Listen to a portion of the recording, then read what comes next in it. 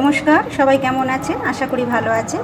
আজকে আবার দুটো রান্নার রেসিপি নিয়ে চলে এসেছি। এখানে সজনে ডাঁটা কেটে নিয়েছি, আলু কাটা আছে। সজনে ডাঁটা আলু দিয়ে সর্ষে পোস্ত কাঁচা লঙ্কা দিয়ে সজনে খাড়া রান্না হবে। আর এখানে পেঁয়াজ কাটা আছে আর চিংড়ি মাছ ছুলে রেখেছি ধুয়ে টুয়ে।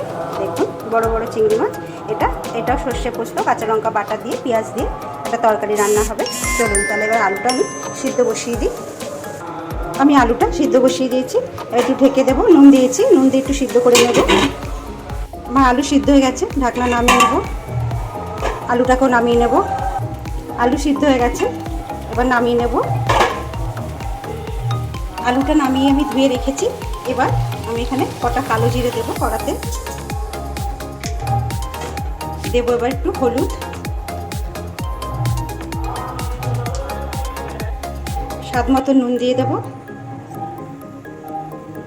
দিয়ে দেবো সর্ষে পোস্ত কাঁচা লঙ্কা বাটা।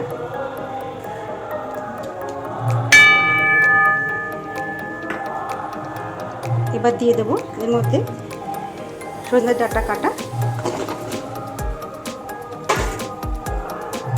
এবার আলুটাকে সিদ্ধ করে ধুয়ে নিয়েছি, ঠান্ডা করে নিয়েছি। এবার এর মধ্যে দিয়ে দেবো তেল।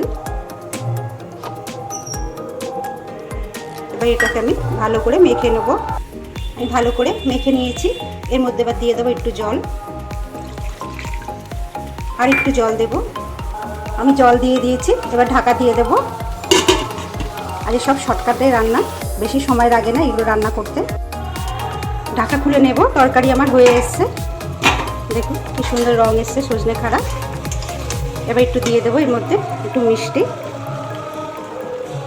দেবো একটু আখের গুড়।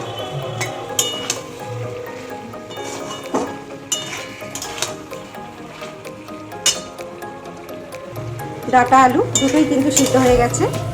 দেখুন আলু তো এমনি আগে সিদ্ধ করে নিয়েছিলাম, বাদ বাকি যেটা হয়ে গেছে। এবার নামিয়ে নেব। আমি সজনে খাড়া নামিয়ে নিয়েছি, দেখতে পাচ্ছেন। আমি গ্যাসে কড়াই বসিয়ে দিয়েছি আর দিয়ে দেবো তেল। কড়াইতে তেল দিয়ে দিয়েছি। এবার দিয়ে দেবো কটা কালো জিরে। এবার দিয়ে দেবো পেঁয়াজ। পেঁয়াজগুলো কিন্তু আমি এই ডুম্বো ডুম্বো করে কেটেছি, কুচিয়ে নিয়ে নিই কিন্তু। এবার কড়াইতে দিয়ে দেবো পেঁয়াজ।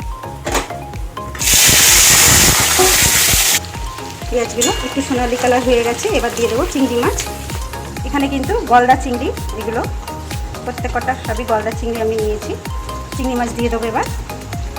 চিংড়ি মাছ দিয়ে আমি বেশি ভাজবো না কিন্তু, আমাদের পাশের বাড়ি নাম কীর্তন হচ্ছে, ওই জন্য আওয়াজ আসছে, কিছু মনে করবেন না। আমি চিংড়ি মাছ দিয়ে বেশি ভাজবো না। এবার দিয়ে দেবো স্বাদ মতো নুন আর হলুদ। দেবো নুন, দেবো হলুদ।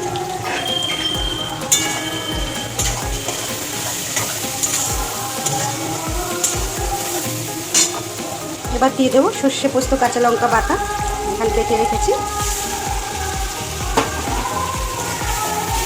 এই রান্নাগুলো খুবই সহজ, খুব তাড়াতাড়ি হয়ে যায়, বেশি খাটনিও নেই, কিন্তু খেতেও খুব ভালো লাগে।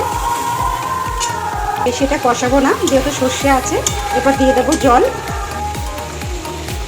বাটি ধোয়ার জলটা দিচ্ছি। আর একটু জল দেব।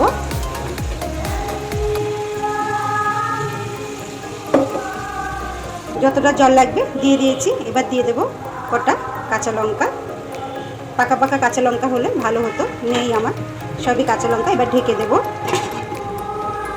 তুলে নেব। অনেকটাই জল শুকিয়ে গেছে, আর একটু জল শুকিয়ে নেব। আর একটু ঢাকা দিয়ে দেব। চিংড়ি মাছ হয়ে গেছে, এবার ঢাকা নামিয়ে নেব। দেখুন কি সুন্দর তেল বেরিয়েছে, হয়ে গেছে আমার চিংড়ি মাছ। এবার নামিয়ে নেব। আমি চিংড়ি মাছ নামিয়ে নিয়েছি, দেখুন কি সুন্দর তেল বেরিয়ে গেছে, আমার হয়ে গেছে রান্না। আর এখানে আছে সজনে খাড়া। এটাকে কিন্তু সজনে খাড়াই নাম, যেহেতু কাঁচা মেখে ঝুঁকে বসানো হয়, তাই সজনে খাড়াই নাম দেওয়া হয়েছে। আর এখানে আছে চিংড়ি মাছ, সর্ষে পোস্ত কাঁচা লঙ্কা পেঁয়াজ দিয়ে। ব্যাস, আজকে আমার দুটো রান্নাই হয়ে গেছে। যদি ভালো লেগে থাকে একটা লাইক করে দেবেন। সবাই ভালো থাকবেন, সুস্থ থাকবেন, আবার দেখা হবে।